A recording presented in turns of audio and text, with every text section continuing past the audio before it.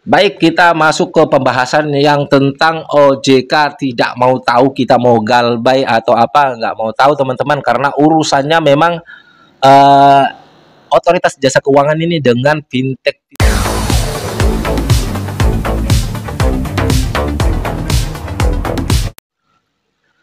Halo, assalamualaikum warahmatullahi wabarakatuh.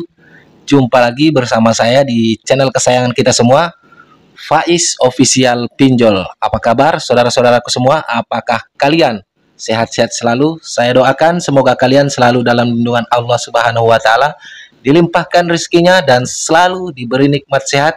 Amin amin ya robbal alamin. Di video kali ini saya ingin membahas tentang OJK ya teman-teman ya. Ternyata itu OJK tidak mau tahu tentang hutang-hutang pinjol kita. Yang mereka tahu itu ya sebatas izin dan lain-lainnya ya. Namun sebelum kita lanjut agar pembahasannya lebih seru teman-teman, saya sarankan buat teman-teman yang baru saja bergabung dengan channel ini, pastikan kalian sudah mensupport saya dengan cara subscribe channel ini ya teman-teman ya, biar saya tambah semangat ke depannya untuk memberikan edukasi seputar atau kilas pinjol ini, seputar pinjol tentunya teman-teman ya. Kita membahas masih seputar pinjol ya.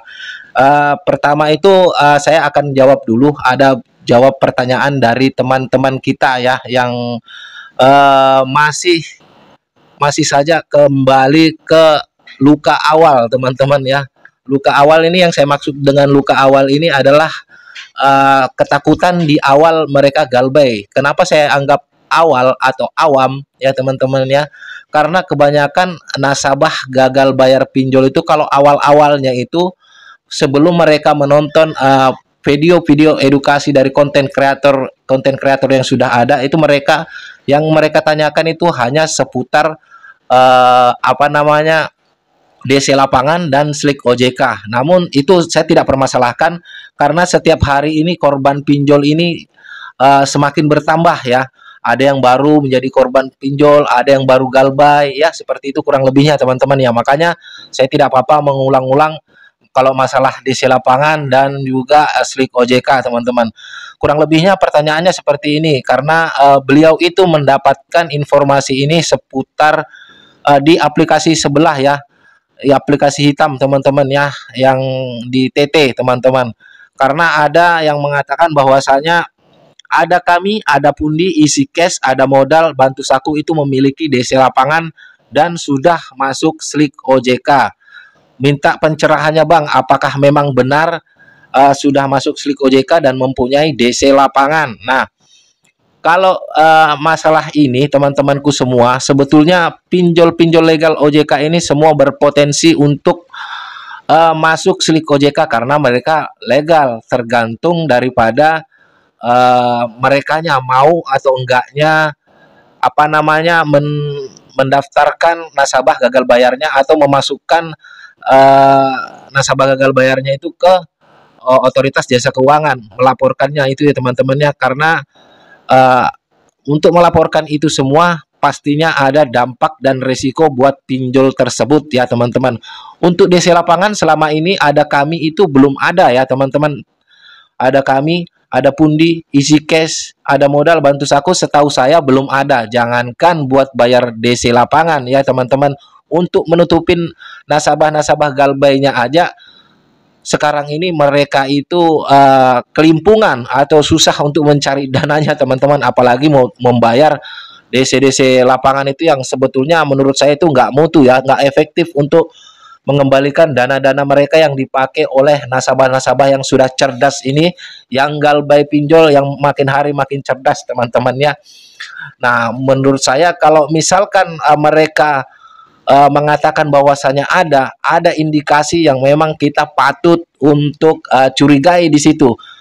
Entah memang mereka itu oknum daripada DC pinjol atau memang mereka itu oknum joki pinjol. Karena kerjaan mereka itu nakut-nakutin nasabah galbay agar mereka itu bisa apa namanya mempengaruhi mereka untuk menggunakan jasa-jasa mereka ya. Itu terserah mereka teman-temannya. Tapi kalau kalian bertanya kepada saya, yang barusan saya sebutkan itu tidak masuk slik OJK dan juga belum punya DC lapangan. karena sebetulnya punya potensi untuk melaporkan nasabahnya ke otoritas jasa keuangan, cuman itu belum dilakukan. Tapi tidak usah takut, karena kalau masuk slik OJK itu masih ada namanya pemutihan, teman-teman ya. Pemutihan itu paling cepat 2 tahun, paling lambat 60 bulan atau 5 tahun. Oke, kita skip saja ya, ini masalah ini ya, saya anggap sudah clear, teman. Baik, kita masuk ke pembahasan yang tentang OJK. Tidak mau tahu kita mau galbay atau apa, nggak mau tahu teman-teman, karena urusannya memang eh, otoritas jasa keuangan ini dengan fintech ini, mereka memberikan izin, mengawasi ya, ya teman-teman. Kalau misalkan ada nasabah galbay, itu bukan urusan OJK ya, itu nanti jadi urusan OJK kalau misalkan pinjol-pinjol itu melaporkan nasabah gagal bayarnya ke otoritas jasa keuangan. Itu baru jadi urusan daripada OJK, teman-teman ya. Itu nanti akan ada namanya sanksi slik OJK, atau dulu yang dinamakan BI checking, teman-teman ya. Baik, saya sebetulnya ada chat buat OJK ya, teman-teman. Nanti kalian bisa lihat di layar ya. Saya itu sebetulnya awalnya bertanya kepada uh, pegawai OJK ya, tentang DC Akulaku yang uh, melakukan sebar data atau mengancam sebar data ya. Tapi pertanyaannya apa, yang dijawabnya juga apa ya teman-teman. Tapi nggak apa-apa, ini juga bermanfaat ya. Saya akan bacakan ya. Sebetulnya ini nggak nyambung dengan pertanyaan saya, teman-teman ya. Ini saya bacakan, kalian bisa lihat juga di layar. Sehubung dengan pertanyaan informasi Bapak Agus ya, ini Bapak Agus dalam artian sini saya mau menggunakan nama samaran saya, teman-temannya, karena nggak mungkin saya dengan nama asli saya ya teman-teman. Dapat kami sampaikan beberapa hal sebagai berikut. Satu, sesuai dengan kewenangan dan tugasnya, OJK mengawasi lembaga jasa keuangan di sektor perbankan, pasar modal, lembaga keuangan, non-bank seperti asuransi dan pensiunan, perusahaan pembiayaan, dan lain-lain. Adapun kegiatan usaha fintech yang diawasi oleh OJK saat ini adalah yang berbentuk layanan pinjam-meminjam uang berbasis teknologi informasi, fintech peer-to-peer lending ya, teman-temanku semua ya. Fintech inovasi keuangan digital IKD ya, dan fintech security crowdfunding ya, seperti itu. Yang nomor 2, mengenai adanya permasalahan tunggakan pembayaran pinjaman, hal tersebut merupakan kewajiban konsumen yang harus diselesaikan. OJK dan Asosiasi Fintech Pendanaan Bersama Indonesia telah menentukan batas maksimal pengenaan denda atau biaya bunga adalah 50% dari pagu kredit. Misalkan pinjaman 1 juta berikut bunga dan denda maksimal tagihan adalah 1,5 juta.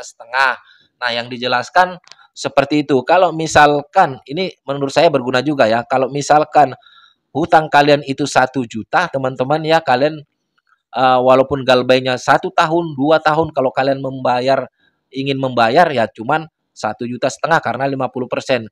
Tapi yang jadi pertanyaannya, siapa yang mau bayar ya teman-teman ya, karena kita sudah merasa sakit hati seperti itu. Baik. Baik, poin ketiga, konsumen dapat bernegosiasi membicarakan secara langsung kepada PUJK Fintech Peer-to-Peer Lending terkait memperoleh keringanan pembayaran. Namun dapat kami sampaikan pula bahwa PUJK Fintech Peer-to-Peer Lending dalam mengajukan usaha tidak bertindak sebagai pihak pemberi pinjaman atau leader sebagaimana bank atau perusahaan pembiayaan, sehingga perusahaan fintech lending tidak mewakili kewenangan untuk melakukan rekonstruksisasi pinjaman tanpa persetujuan dari pihak pemberi pinjaman. Artinya di sini pihak pemodal, teman-teman ya. Itu nggak saya pedulikan ya teman-teman. Intinya kalau kita itu tidak punya uang untuk membayar pinjol gak usah dibayar dulu, gak usah gali lubang tutup lubang ya teman-teman. Tapi pentingnya kita ketahuin ini biar kita itu ndak ditoko-tokoin oleh pinjol-pinjol ini yang sering mengarang bebas ya tentang aturan-aturan yang sudah ditentukan oleh eh, pinjol lagi, ditentukan oleh OJK ya teman-teman ya. Poin keempat, keputusan diterima atau tidak pengajuan rekonstruksi pinjaman sepenuhnya merupakan kewenangan lembaga jasa keuangan terkait, di mana keputusan tersebut wajib memperhatikan ketentuan yang berlaku. Nah, itu tadi jawaban daripada pertanyaan saya ya, yang sebetulnya saya itu tidak ada bertanya ke arah sini. Tapi mungkin pihak OJK-nya itu menganggap ini ada kaitannya dengan yang barusan saya bacakan ini ya, teman-teman. Sebetulnya ada dua balasan ya, mungkin ini berkaitan ya teman-teman ya. Saya bacakan yang poin-poin pentingnya aja ya di sini ya. Ini ada kaitannya sedikit ya. Poin ke-6.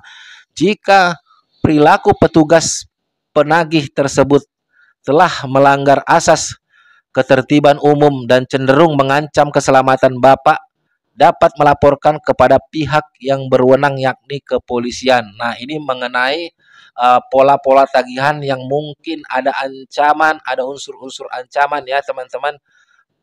Di situ kita bisa melaporkan ke pihak yang berwenang, dalam artian di sini adalah pihak kepolisian Republik Indonesia ya teman-teman ya.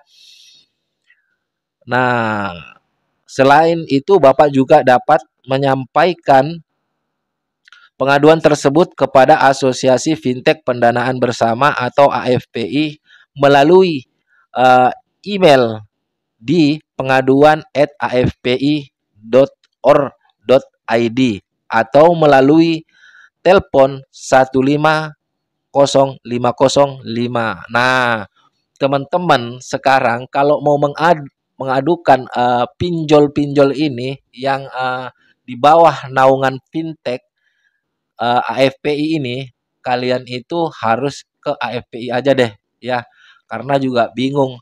Saya ini mengadukan ke OJK juga nanti dipimpong ke sana sini, padahal itu di bawah naungan OJK ya teman-temannya. Biar AFPI, pinjol AFPI juga di bawah naungan OJK. Entah saya ini yang kurang paham atau mereka yang pintar ya, seperti itu nggak masalah ya teman-teman. Intinya kalau misalkan kalian itu sudah merasa gedek di ancam-ancam, di apa namanya, diintimidasi tentang hutang yang nggak seberapa, kita dihinanya nggak ketulungan ya teman-teman, ya udahlah, kalau baikan aja.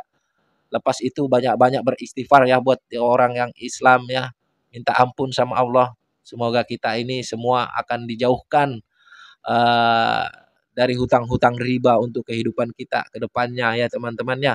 Karena setiap manusia itu tidaklah luput daripada dosa dan khilaf ya, termasuk yang sedang berbicara di depan kamera ini, yaitu saya teman-teman ya.